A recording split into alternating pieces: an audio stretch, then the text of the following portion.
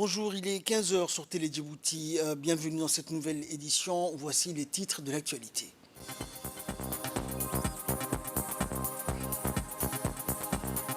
Le ministre de la Santé a inspecté les dispositifs de contrôle et de surveillance concernant le Covid-19.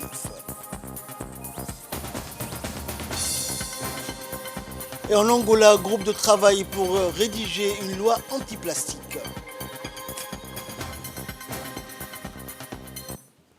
Voilà pour les titres, bonjour à tous. Le ministre de la Santé, Dr Ahmed Roble Abdillah, a convoqué hier une réunion de travail avec les membres du comité scientifique pour le suivi de la Covid-19 dans le cadre d'un échange sur les nouvelles recrudescences du coronavirus dans le monde. Composé d'experts nationaux multidisciplinaires, le comité scientifique a donc débattu en présence du secrétaire général du ministère de la Santé et du conseiller du président dans le domaine de la santé, ainsi que de plusieurs hauts cadres du ministère de la Santé. Dans son mot d'ouverture, le ministre a remercié les membres du comité scientifique pour avoir donc répondu présent à son invitation et a souligné la pertinence et la qualité du travail de ce comité lors de la dernière riposte contre la pandémie de la Covid-19 en République de Djibouti. En charge de la préparation et de la riposte du Covid-19. Donc nous avons eu cette réunion portant sur la veille sanitaire, premièrement. Deuxièmement, sur les voies et moyens en guise de préparation par rapport à la flambée et à la recrudescence des cas de Covid-19 dans le monde. Donc, dans le cadre de ce process, donc, nous avons entamé, sous l'impulsion du ministère de la Santé, une vérification des différentes portes d'entrée terrestres, maritimes et aériennes. Les activités ont démarré donc, au niveau aérien avec vérification des activités qui se passent au niveau de l'aéroport, dont le point fort était la mise en œuvre et le respect du décret présidentiel. Et en outre, la demande et surtout la vérification de la vaccination à l'entrée ou PCR inférieur à 112 heures à l'entrée du pays et le respect des exigences des pays de destination et surtout la vaccination à la sortie du pays. Après la réunion avec le comité scientifique, le ministre de la Santé a procédé à l'inspection des dispositifs de contrôle et de surveillance contre la Covid-19 au point d'entrée de notre pays. En effet, le ministre a effectué un tour d'horizon à l'aéroport international de Djibouti et les ports de Djibouti pour s'enquérir du bon déroulement des dispositifs de contrôle mis en place pour surveiller les voyageurs à l'arrivée et au départ du pays. Le ministre de la Santé a été accueilli par les différents responsables de ces institutions, notamment le président de l'autorité des ports et des zones franches, Bakar Omar Hadi, et le directeur général de l'aéroport, Mohamed Youssouf. Et dans son périple, le ministre de la Santé a pu constater que les mesures de contrôle et les procédures sont scrupuleusement respectées au point d'entrée. Le ministre a invité les différents acteurs actifs dans la lutte contre cette pandémie à redoubler de vigilance au regard des contextes internationaux actuels marqués par la recrudescence du coronavirus.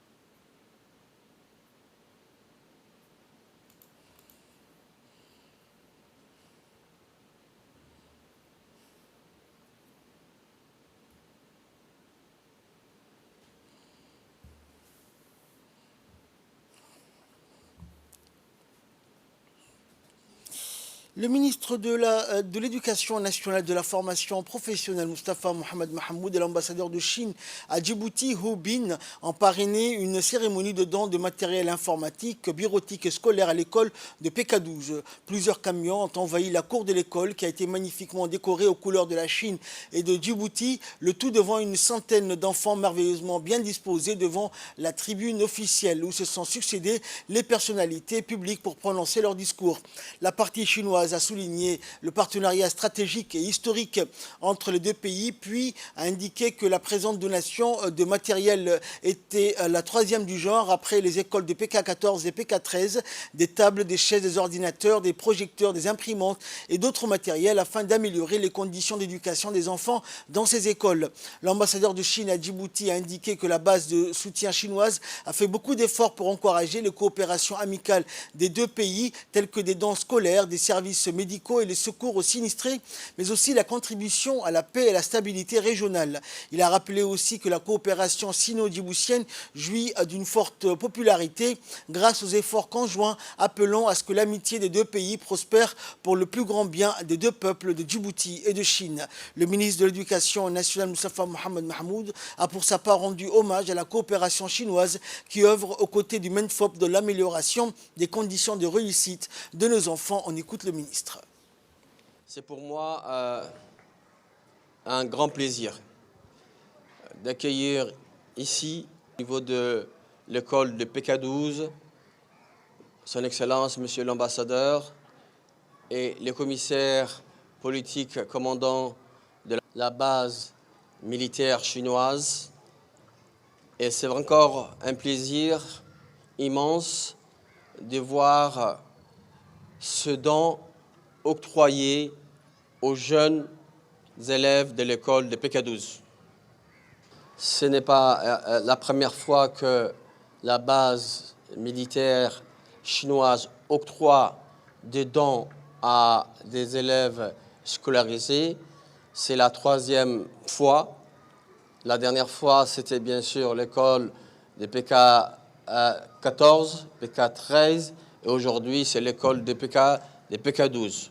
Il s'agit également des photocopieuses, des ordinateurs, et vraiment, j'en suis convaincu que cela va encore améliorer plus le bon fonctionnement de cet établissement. Une vision visionnaire de la part du président chinois, et donc Djibouti offre aux Chinois et donc au gouvernement chinois ce qu'il a de meilleur en lui, et les Chinois, bien sûr, offrent aux Djiboutiens ce qu'il y a également de meilleur en eux.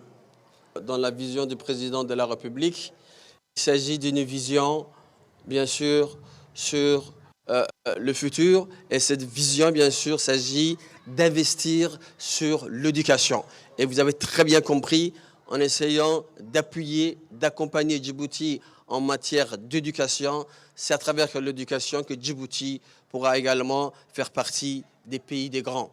Pour vous remercier donc la base chinoise, remercier Son Excellence Monsieur l'Ambassadeur pour tout l'appui et tout l'accompagnement qu'il fait de Djibouti, mais particulièrement de l'éducation, mais également les autres départements. Je remercie les organisateurs de cet événement, et notamment les responsables de la base chinoise et les équipes de l'école et donc du ministère de l'Éducation nationale. Ça va faire la joie des enfants, et ça, c'est le plus important. Et à l'issue des interventions, le ministre et l'ambassadeur ainsi que le commandant de la base chinoise ont procédé à la remise des matériels bureautiques et informatiques, à la distribution des kits scolaires aux responsables de l'école et aux élèves. Le ministre et les officiels chinois ont ensuite échangé des cadeaux de grande valeur. Les élèves avaient l'air tout heureux de recevoir des sacs à dos remplis de matériel scolaire et des cadeaux en tout genre. Les militaires chinois ont donné également du matériel de distraction pour les élèves, comme des ballons de football, de basketball, ainsi que de paniers. Les parents d'élèves et les responsables de l'école ont chaleureusement remercié les officiels chinois et djiboutiens qui ont assuré leur entière disponibilité pour continuer à assister les écoles pour un meilleur fonctionnement.